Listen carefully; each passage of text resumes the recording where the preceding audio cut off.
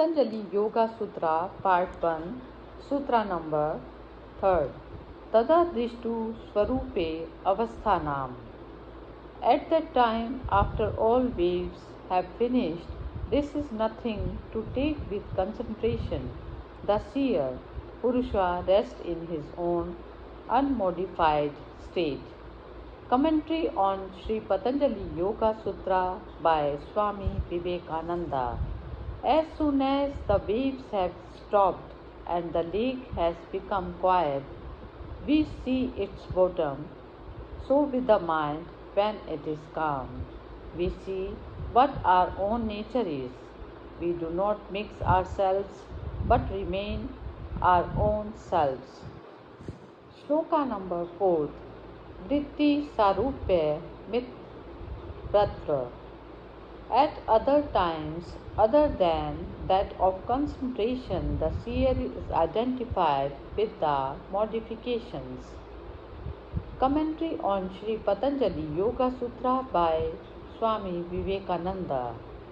For instance, someone blames me, this produces a modification, vritti in my mind, and I identify myself with it, and the result is misery. Number 5. Vrittya Panchtatitaya Klishta Aklishta. There are 5 classes of modifications, some painful and others not. 6. Praman Viparya Vikalp Nidra Smritya. These are right knowledge, indiscrimination, verbal delusion, sleep and Number 7. Pratyaksh Anuman Agama Pramarani. Direct perception, inference, and competent evidence are proofs. Commentary on Sri Patanjali Yoga Sutra by Swami Vivekananda. When two of our perceptions do not contradict each other, we call it proof. I hear something, and if it contradicts something already perceived, I begin to fight it out and do not believe it. There are also 3 kinds of proof. Pratyaksha, direct perception. Whatever we see and feel is proof. If there has been nothing to delude the senses, I see the world. That is sufficient proof that it exists. Secondly, Anumana, inference. You see a sign and form the sign. You come to the thing signified. Thirdly, Apata Vakya, the direct evidence of the yogis, of those who have seen the truth. We are all of us struggling towards knowledge, but you and I have to struggle hard and come to knowledge through a long, tedious process of reasoning. But the yogi, the pure one, has gone beyond all this. Before his mind, the past, the present, and the future are alike. One book for him to read. He doesn't require to go through the tedious processes for knowledge. We have to. His words are proofs because he sees knowledge in himself. These, for instance, are the authors of the sacred scriptures. Therefore, the scriptures are proof. If any such person are living now, their words will be proof.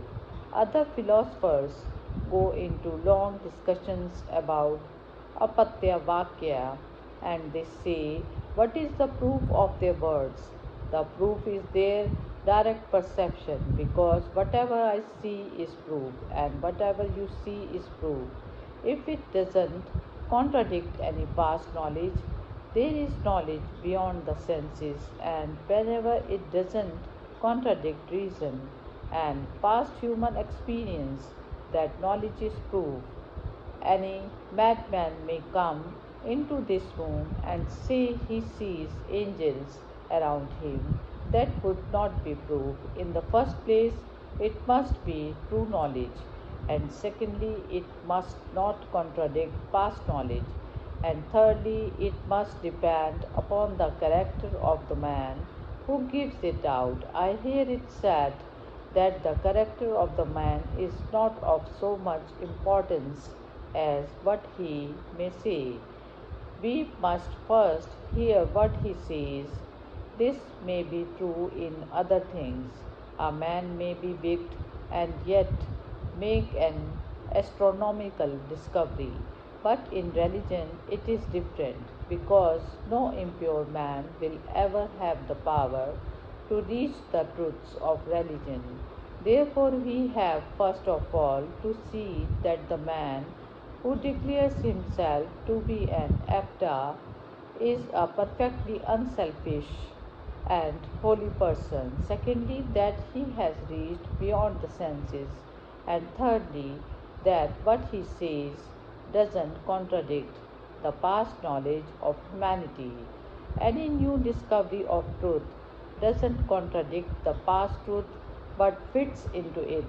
And fourthly, that truths must have a possibility of verification. If a man says, I have seen a vision, and tells me that I have no right to see it, I believe him not. Everyone must have the power to see it for himself. No one who sells his knowledge is an apta. All these conditions must be fulfilled. You must first see that the man is pure and that he has no selfish motive, that he has no thirst for gain or fame. Secondly, he must show that he is superconscious. He must give us something that we cannot give from our senses and which is for the benefit of the world. Thirdly, we must see that it doesn't contradict others' truths. If it contradicts other scientific truths, reject it at once. Fourthly, the man should never be singular. He should only represent what all men can attain. The three sorts of proofs are then direct sense perception, inference, and the words of an apta. I cannot translate this word into English. It is not the word inspired because inspiration is believed to come from outside, while this knowledge comes from the man himself. The literal meaning is attained. Hari Om Tat Sat.